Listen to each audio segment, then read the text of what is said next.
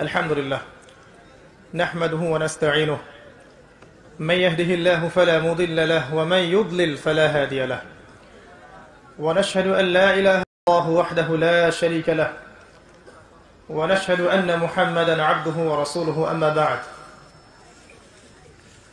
فأعوذ بالله من الشيطان الرجيم بسم الله الرحمن الرحيم وقال الله تعالى في كلامه المجيد يا أيها الذين آمنوا اتقوا الله حق تقاته ولا تموتن إلا وأنتم مسلمون وقال الله عز وجل إن تنصروا الله ينصركم ويثبت أقدامكم وقال رسول الله صلى الله عليه وسلم إن الله يرفع بهذا الكتاب أقواما ويضع به الآخرين وقال رسول الله صلى الله عليه وسلم القرآن حجة لك أو عليك رب اشرح لي صدري ويسر لي أمري واحلل عقدة من لساني يفقه قولي اللهم فقهنا في الدين وعلمنا التأويل آمين يا أرحم الراحمين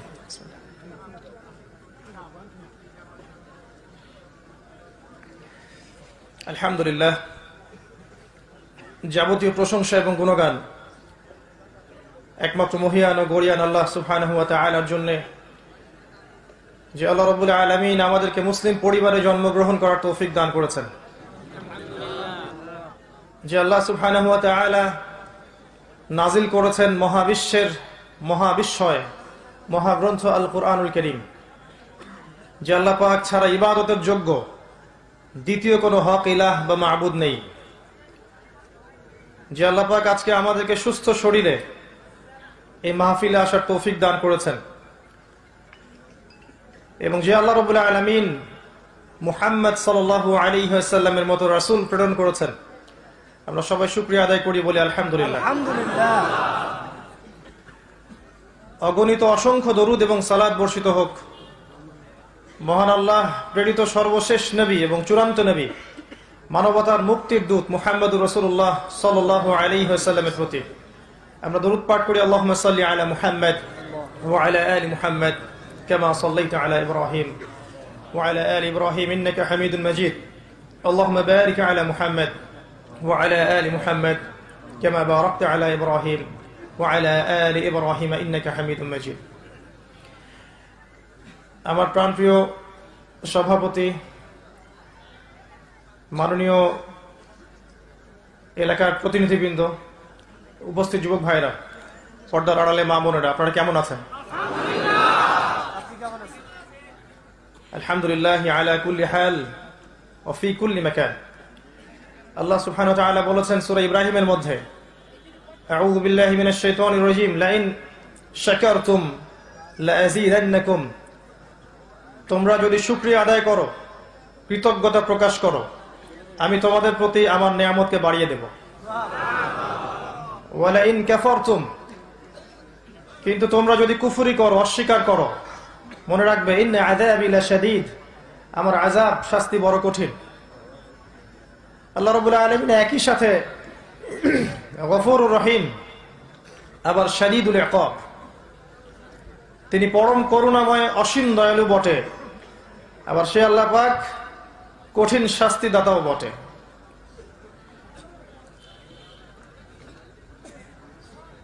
আজকে আমি চেষ্টা করব ইনশাআল্লাহু আযজা ওয়া জাল অত্যন্ত গুরুত্বপূর্ণ একটা টপিক নিয়ে কথা বলার জন্য। আজকের আলোচনার টপিক হচ্ছে মহাবিশ্বের মহাবিশ্বয় মহাগ্রন্থ আল কোরআন। ইনশাআল্লাহ তাআলা এই বিষয়ে খুব সংক্ষিপ্ত সময়ের মধ্যে কিছু সারগর্ভ আলোচনা উপস্থাপন করার চেষ্টা করব ইনশাআল্লাহ। ওয়া মা তাওফীকি ইল্লা বিল্লাহ আলাইহি তাওয়াক্কালতু ওয়া ইলাইহি উনীব।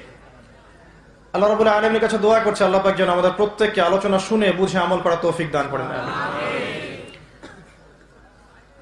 একটা বিষয় নিয়ে আমরা খুব ভয় থাকি। আল্লাহ রাব্বুল আলামিন সূরা সফের মধ্যে বলেছেন, ইয়া আইয়ুহাল্লাযীনা আমানু লিমা তাকুলুনা মা লা তাফআলুন, হে মুমিনগণ, তোমরা কেন এমন কথা বলো যেই কাজ তোমরা নিজেরাই করো না? তো আসলে অনেক বড় বড় কথা বলা অনেক সহজ, প্রতিশ্রুতি দেওয়া সহজ, ওয়াদা করা সহজ, এগুলোর উপর আমল করা, অঙ্গীকার রক্ষা করা এগুলো কঠিন। আল্লাহ বলেছেন কাবুরা মাকতান ইনদাল্লাহি আন তাকুলু মা লা তাফআলুন। আল্লাহ পাকের কাছে সবচেয়ে নিকৃষ্ট সেই কাজ যা তোমরা বলো কিন্তু করো না। মুসলিম জাতির বর্তমান অধঃপতনের অন্যতম কারণ হচ্ছে কথা এবং কাজে মিল না থাকা। মুসলিম জাতির অধঃপতনের অন্যতম কারণ হচ্ছে অজ্ঞতা, সুশিক্ষার অভাব, দ্বীনি শিক্ষার অভাব, কোরআন সুন্নাহকে দিয়ে বিশ্বকে চ্যালেঞ্জ করার সাহসিকতার অভাব। মুসলিম জাতির অধঃপতনের অন্যতম কারণ হচ্ছে অনৈক্য, বিভেদ, হিংসা, বিদ্বেষ, বিভাজন, অভ্যন্তরীণ ক্রন্দল এবং সেক্টেরিয়াল ডিভিশন, যেটা বলি আমি যে উম্মার মধ্যেই সাম্প্রদায়িক বিভক্তি। আরেকটা কারণ হচ্ছে আত্মশুদ্ধির অভাব। অনেক জানি আমরা, অনেকে অনেক আমলও করেন বটে, কিন্তু আমলগুলো ভিতর থেকে আসে না। ভিতরে নূরের অভাব আছে, বাসিরার অভাব আছে। উম্মার সমস্যাগুলোকে ফাইন্ড আউট করতে হবে, প্রথম কাজ এটা। এরপরে আপনি সলিউশনের চেষ্টা করতে পারবেন। তো আমার কাছে মোটা দাগে কয়েকটা প্রবলেম মনে হয়। একটা হচ্ছে অজ্ঞতা, সঠিক পড়াশোনার অভাব, সঠিক কনস্ট্রাক্টেড সিলেবাসের অভাব, জানা অনুযায়ী আমলের ঘাটতি, দুনিয়ার মোহ, অনৈক্য, হৃদয়ে নূর না থাকা এবং কোরআন সুন্নাহকে দিয়ে এই ওয়ার্ল্ডকে চ্যালেঞ্জ করার সাহসিকতার অভাব আছে আমাদের মধ্যে। এগুলো বড় বড় দাগে সমস্যার কথা বললাম। আমরা একটা সমাজের দিকে আপনাকে নিয়ে যাব আজকে। যদিও গতকাল রাতে লক্ষ্মীপুরের মাহফিলে আমি কথাটা বলেছিলাম, অত বড় বিষয় আপনাদেরকে বলবো না, শুধু মূল পয়েন্টটা বলবো যে আজকে থেকে প্রায় 1450 বছর আগে একটা সমাজ ছিল, যে সমাজের মধ্যে মৌলিক মোটা দাগে 5টা পাপ ছিল। কয়টা পাপ ভাইয়ারা? 1 নাম্বার হচ্ছে আশিরক, 2 নাম্বার হচ্ছে রিবা, 3 নাম্বার হচ্ছে খামর, মাদক, 4 নাম্বার নারী জাতির অবমাননা, আর 5 নাম্বার রক্তক্ষয়ী গোত্রীয় দ্বন্দ্ব। আবার বলছি, ওই জাহেলি মক্কার দিকে তাকান, যেটাকে আমরা এখন বলি আইয়ামে জাহেলিয়াত, তাই না? ওই আইয়ামে জাহেলিয়াতের দিকে তাকিয়ে দেখেন, সেখানে 5টা মৌলিক সমস্যা ছিল মোটা দাগে। এছাড়া আরো মাইনর অনেক সমস্যা ছিল, সেগুলো মেজর প্রবলেম না। মেজর প্রবলেম 5টা ছিল। শিরক, আল্লাহ পাকের তাওহীদের সাথে শিরক করা, আল্লাহকে ছাড়া অন্যের উপাসনা করা বা আল্লাহর কনসেপ্টকে ডিনাই করা, অথবা মাধ্যম পূজা করা, কবর পূজা করা, মাজার পূজা করা, মৃত মানুষের পূজা করা, এগুলো ছিল আইয়ামে জাহিলিয়াতেও। এখনকার বিশ্বের দিকে যদি আপনি তাকান, দেখবেন এখনকার বিশ্বের প্রধান সমস্যা হচ্ছে শিরক। প্রত্যেকটা ক্ষেত্রে এখন শিরক আছে।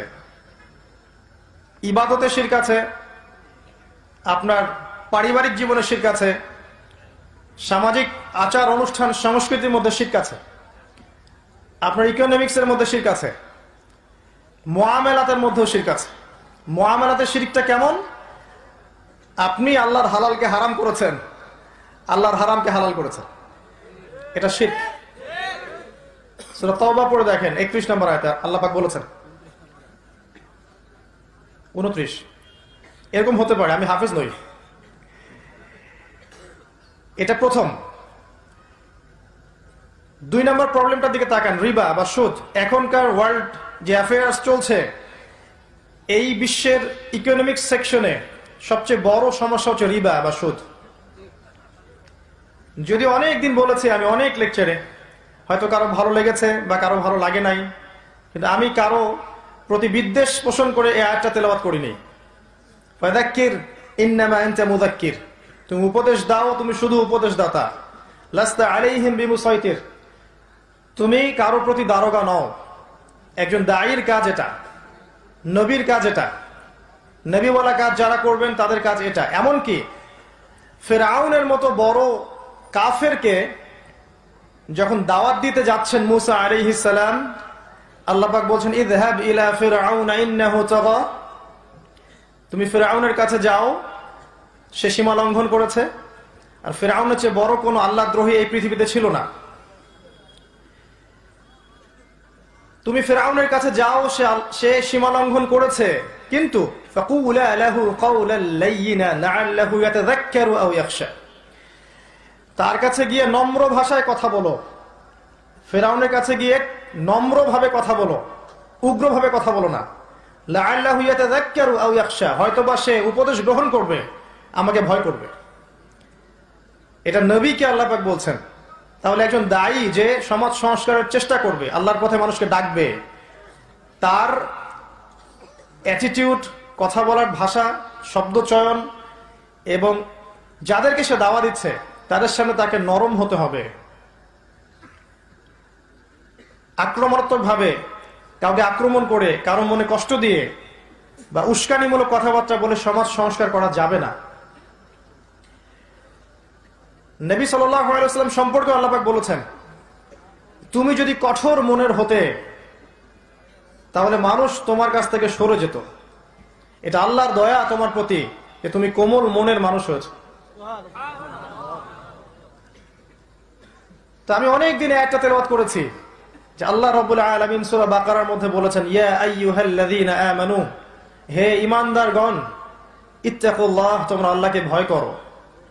ওয়াযারু মা বাকিয়া মিনার রিবা, সুদের অবশিষ্ট সব অংশ ছেড়ে দাও, চক্রবৃদ্ধি হারে সুদ খেও না।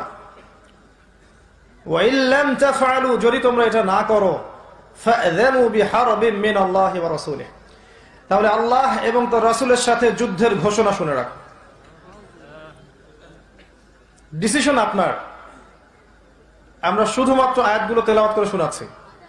রাসূলুল্লাহ সাল্লাল্লাহু আলাইহি ওয়াসাল্লাম সহিহ বুখারীর হাদিসে বলেছেন, যে ব্যক্তি 1 দিরহাম সুদ খায় সে যেন 36টা মেয়েকে ধর্ষণ করলো।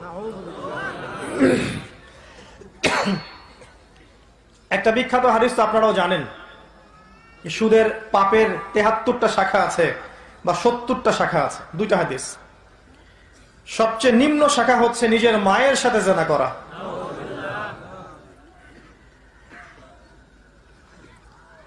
আল্লাহ রাব্বুল আলামিন বলেছেন, আল্লাযীনা ইয়াকুলুনা রিবা, আল্লাযীনা ইয়াকুলুনা রিবা, যারা রিবা খায়, সুদ খায়, লা ইয়াকুমুনা ইল্লা কামা ইয়াকুমু কি জানেন এটা, ইল্লা কামা ইয়াকুমুল্লাযী ইয়াতাখাব্বাতুহু আশ-শাইতানু মিনাল মাস, যারা রিবা বা সুদ খাচ্ছে তারা কিয়ামতের মাঠে এমন অবস্থায় উঠবে যে দেখে মনে হবে তাদেরকে জিন ধরেছে। জিন ধরা রোগী দেখেছেন কখনো? বাই দ্য ওয়ে, আপনারা তো জিনে বিশ্বাস করেন কিনা? এখনকার এই সভ্যতা তো জিনে বিশ্বাস করে না, এলিয়েনে বিশ্বাস করে। ফেরেশতাতে বিশ্বাস করে না, এলিয়েনে বিশ্বাস করে। জিনে বিশ্বাস করে না, এলিয়েনে বিশ্বাস করে। কারণ জ্ঞানের ডেফিনেশন তাদের কাছে হচ্ছে পরীক্ষা নিরীক্ষা পর্যবেক্ষণের মাধ্যমে যে সিদ্ধান্তে উপনীত হওয়া যায় সেটাই হচ্ছে জ্ঞান। অতএব আপনি আল্লাহ, ফেরেশতা, জিন, কবরের আযাব, মিজান, পুলসিরাত, জান্নাত, জাহান্নাম, এগুলোকে আপনি পরীক্ষাগারে পরীক্ষা করে প্রমাণ করতে পারবেন না। দ্যাট ইজ ওয়াই এগুলোর কোনো এক্সিস্টেন্স বা অস্তিত্ব নাই। নাউযুবিল্লাহ। এটা ওদের স্কুল অফ থট, ওদের ফিলোসফিক্যাল থট, ওদের শিক্ষা দর্শন এটা। আর মুসলিমদের শিক্ষা দর্শন হচ্ছে ওয়াকুলিল হাক্কু মির রাব্বিকুম, হক বা সত্য মিথ্যার মানদণ্ড যেটা, সেটা আল্লাহর পক্ষ থেকে আসবে। আল ইলমু মিন ইনদিল্লাহ, জ্ঞান আল্লাহর পক্ষ থেকে আসে। ওয়া আল্লামা আদম আসমা কুল্লাহা, আল্লাহ পাক আদমকে প্রত্যেকটা নাম শিখিয়েছেন। আল্লামাল ইনসান মা লাম ইয়ালাম, মানুষকে সেই জ্ঞান শিক্ষা দিয়েছেন যা মানুষ জানতো না। অতএব বাই ডিএনএ সৃষ্টিগতভাবে আমাদের মধ্যে জ্ঞান ছিল না, আল্লাহ আমাদের মধ্যে জ্ঞান ইনস্টল করেছেন। এরপরে এই জ্ঞানটা ছড়িয়ে পড়েছে আদম থেকে আদমদের সন্তানের মধ্য থেকে। যাই হোক, তো সুদখোরদের অবস্থা হবে এমন কিয়ামতের মাঠে যেন তারা জিনগ্রস্ত, তাদেরকে জিন ধরার মতো অবস্থা থাকবে। আর নবী সাল্লাল্লাহু আলাইহি সাল্লাম বলেছেন, আমি যখন মেরাজের রাতে সফর করেছি, আমি দেখেছি একদল মানুষকে রক্তের নদীতে ফেলে মাথা ফাটিয়ে দেওয়া হচ্ছে। নাউযুবিল্লাহ।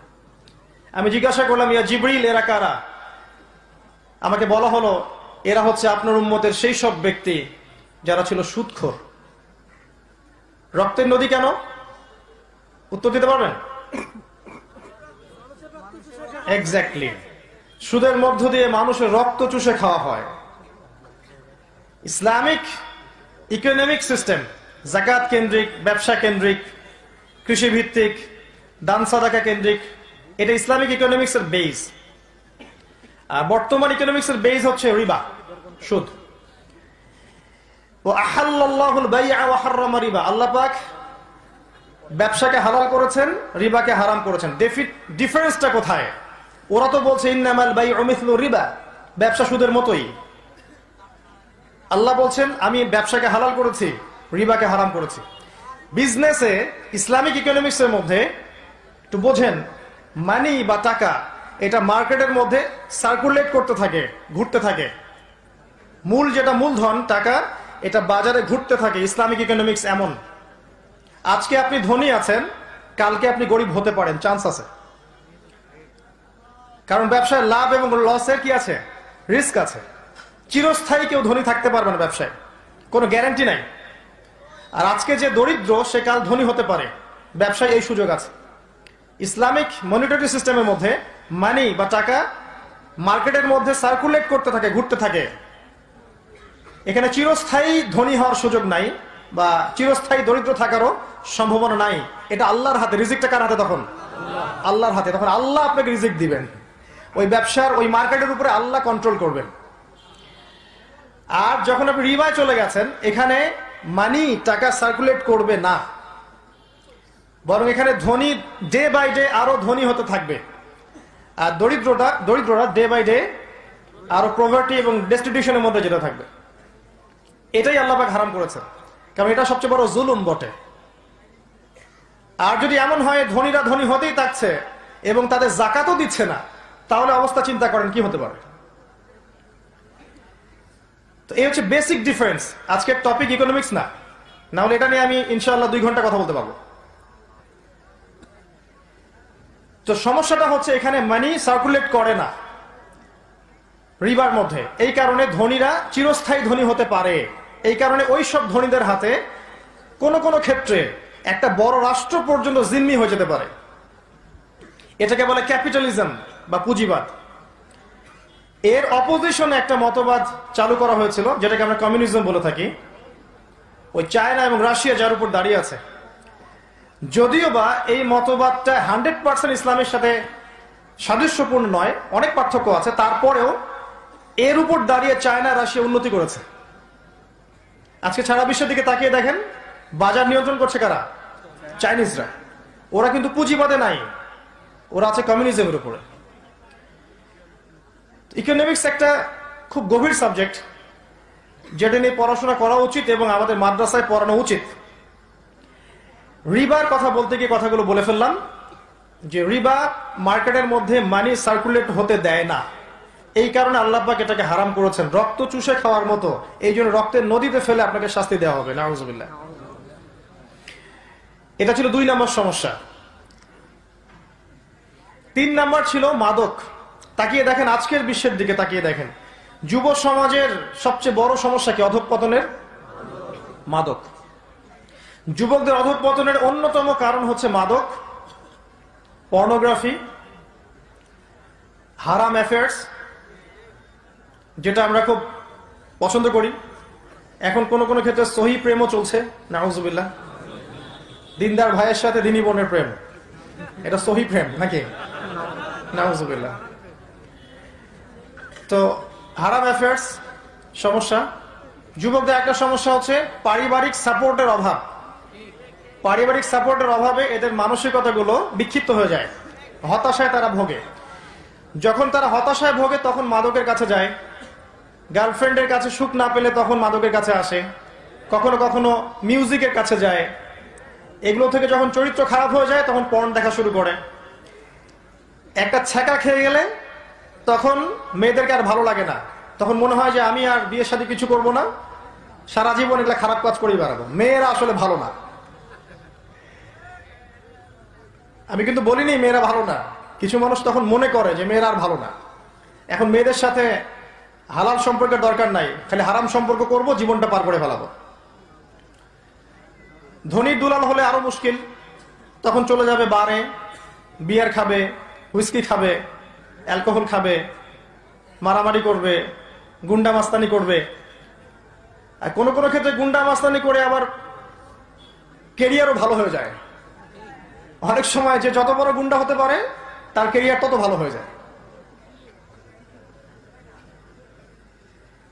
এগুলো যুবকদের সমস্যা। একটা কথা বলি এখানে, যে প্রবলেমস গুলো হয়, হতাশা বলেন, মাদক বলেন, পর্নোগ্রাফি বলেন, আপনার হারাম অ্যাফেয়ার্স বলেন, বেকারত্ব, চাকরি পাচ্ছেন না, দারিদ্রতা, ফিউচারের টেনশন, বিয়ে করতে পারছেন না, সবকিছু কঠিন মনে হয়, এগুলো যুবকদেরকে নিয়ে যায় খারাপ পথের দিকে, শয়তানের আনুগত্যের দিকে।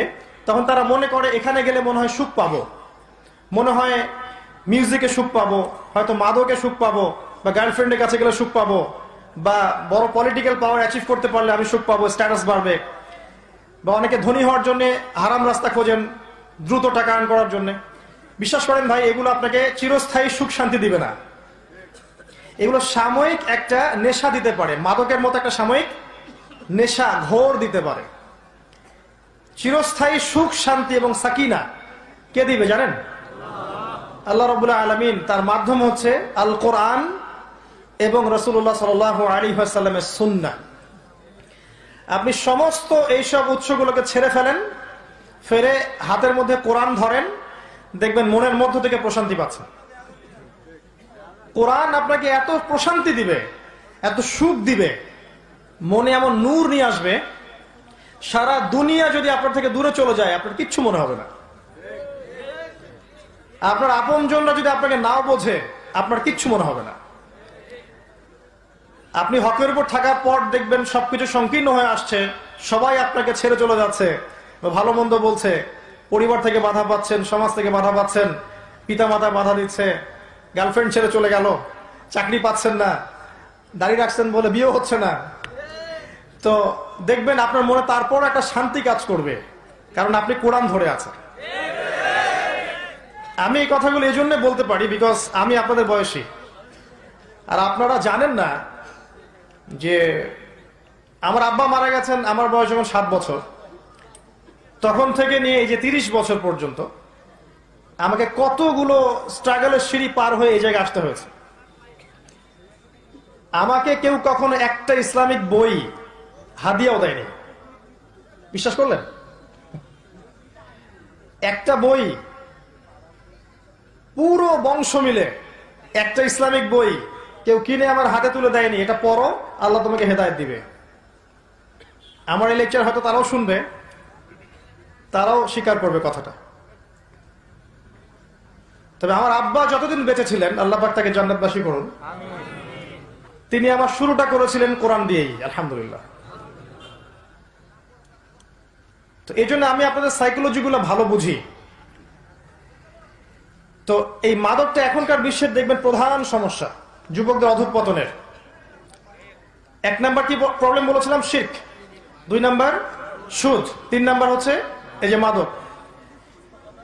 আইন দিয়ে, প্রশাসন দিয়ে, পুলিশ দিয়ে লস গুলো বাস্তবায়ন করে কশ্চিনকালেও সমাজ থেকে 100% মাদক দূর করতে পারবেন না, যতক্ষণ পর্যন্ত মানুষের ভিতরটাকে, ইন্টারনাল যে আত্মাটা আছে, এটাকে আপনি আল্লাহর আনুগত্যে না নিয়ে আসতে পারছেন।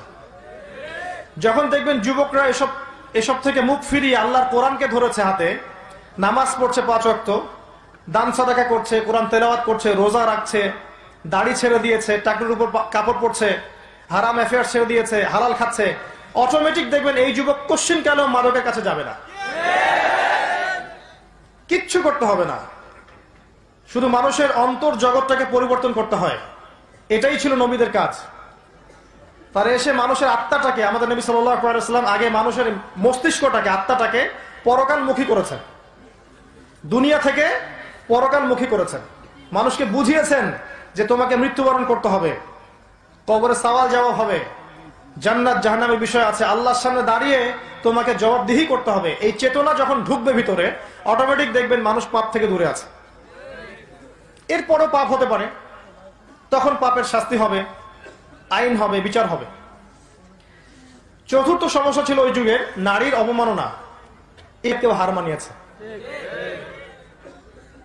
ধর্মের নামে আমরা ওদেরকে সম্পত্তি দিচ্ছি না, মুসলিম ধর্মের নামে আমরা ওদেরকে শিক্ষা দিচ্ছি না। নারীরা সারা দেশ চষে বেড়াবে, ফিতনা ছড়াবে না। দিনই মসজিদে আসলে বা দিনই হালাকায় আসলে ফিতনা ছড়াবে, তাই না? আমরা বলছি না এগুলো? শিক্ষা থেকে বঞ্চিত করছি, তাদের জন্য ভালো প্রতিষ্ঠান গড়ে তুলতে পারছি না। শুধু মেয়েরা পড়বে, ওখানে ছেলেদের ওখানে এন্ট্রান্স থাকবে না, শুধু মেয়েদের জন্য আলাদা স্বতন্ত্র প্রতিষ্ঠান গড়তে পারছি না। একটু ভাবেন, আপনার স্ত্রী বা আপনার বোন, আপনার মা শিখবে কোথায়? দিনটা শেখার মাধ্যমটা কি? আপনি না হয় এখানে আসছেন, অনেক মাহফিলে যাচ্ছেন, মসজিদে যাচ্ছেন, মাদ্রাসায় যাচ্ছেন, আলেম ওলামার সংস্পর্শে যাচ্ছেন, আপনার স্ত্রী কি হবে? আপনার বোন, আপনার মায়ের কি হবে? তো মেয়েদেরকে আমরা শিক্ষা দিতে ব্যর্থ হয়েছি এই দিনের নামে। অল্প কিছু মাদ্রাসা গড়ে উঠেছে মেয়েদের জন্য, সেগুলো কিন্তু ওয়েল কোয়ালিফাইড না, একদম এখনকার যুগ উপযোগী না। এটা আমাদের দৃষ্টিভঙ্গি থেকে মেয়ের প্রতি জুলুম হয়ে গেছে। আর এই হিউজ পপুলেশনকে অ্যাভয়েড করে আপনি কখনো সমাজ সংস্কার করতে পারবেন না। সমাজ তো দূরের কথা, পরিবারই সংস্কার করতে পারবেন না। যতই আপনি মুত্তাকি পরেজগার হন না কেন, স্ত্রী যদি লাইনে না থাকে ভাই, তাহলে আপনিও দেখবেন বেলাইনে চলে গেছে। আর স্ত্রী যদি লাইনে থাকে, আপনাকে আত্মবিশ্বাস দেয়, আল্লাহ ওয়ালি হয়, ইনশাআল্লাহ দেখবেন আপনি বিশ্ব জয় করতে পারবেন।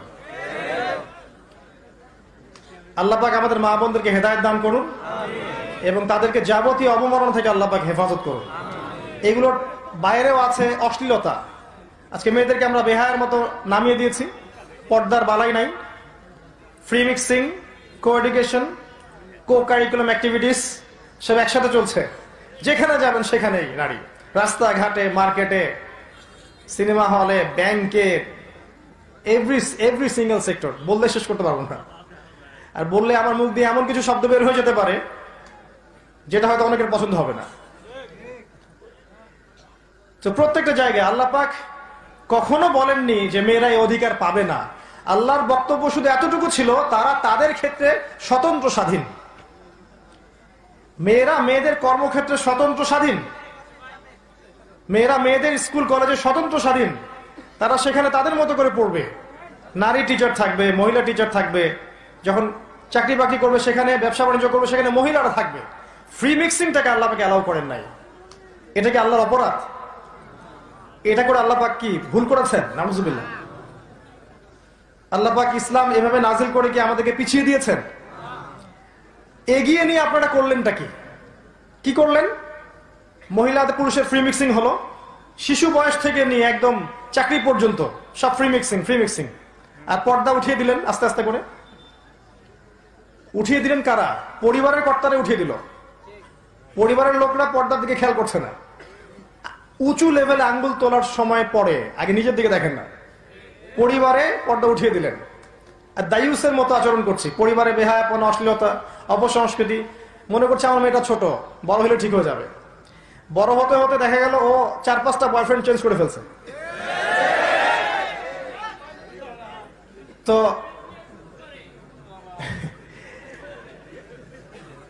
আপনাদের দিকেও আসছি ইনশাল্লাহ। আমরা কি করলাম তাহলে? ফ্রি মিক্সের মধ্য দিয়ে কি হলো? বেহায়াপনা ছড়াচ্ছে।